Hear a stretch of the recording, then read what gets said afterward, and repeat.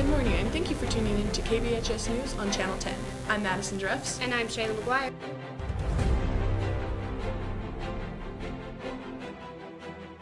And today I'm going to start you off with a story about physician-aided death. 29-year-old newlywed Brittany Maynard has become the growing star for the campaign Dying with Dignity.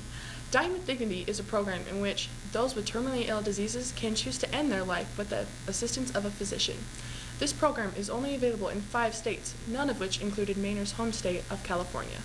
With the support of her family, Maynard dropped everything and moved to Oregon. As Maynard had written on her website, "My family had to change everything for me to be eligible for this program, including leaving jobs, finding a new home, and leaving friends behind." Brittany's stage 4 glioblastoma had driven her to make the courageous decision to participate in Dying with Dignity.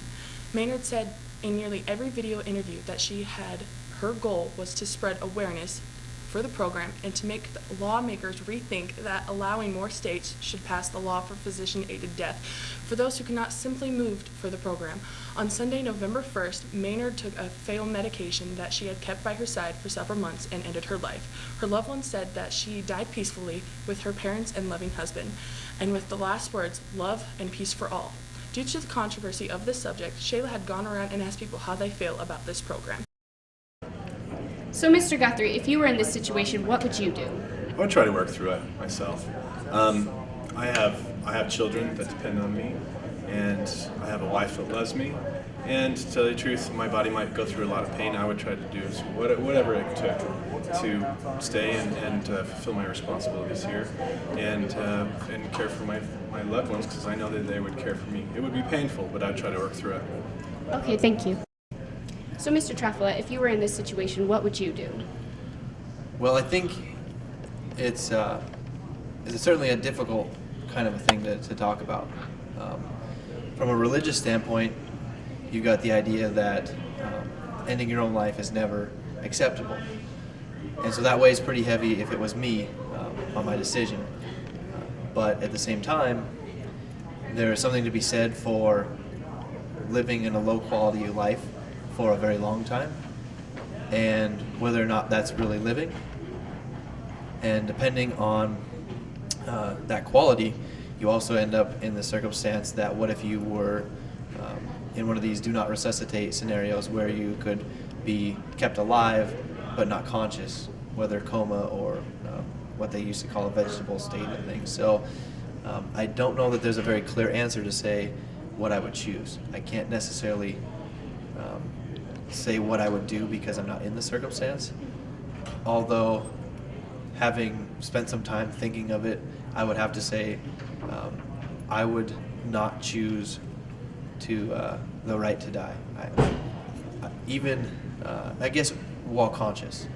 I haven't ever considered if I was to remain unconscious, if I would want to be kept alive. I've never thought of it, but even when I'm sick and even when I'm not happy or healthy, I still like to make jokes when I'm in pain. So I would have to say, if I was to be conscious, I would choose to be kept alive and suffer. But I think there's something to be learned from that still. I think there's use and good to be taught to other people that could benefit. So. Okay, thank you very much. In today's news, the invention we've all been waiting for is finally being sold at the Barrett-Jackson auction in Scotland. Back in the 1980s, a company called Flight Innovations started work on a vehicle called the Sky Commuter. Founded by ex-Boeing engineers who wanted to develop a 2-passenger car with the ability to take off vertically and fly. The result was not exactly the same.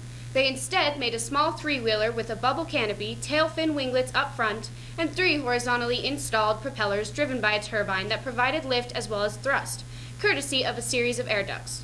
Imagine being stuck in traffic and just popping up off the road and zooming to your destination. The future is now, or so we hope.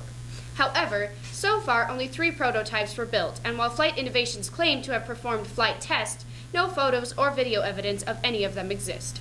After spending around $6 million, the company folded, as with so many supposed flying car companies over the years.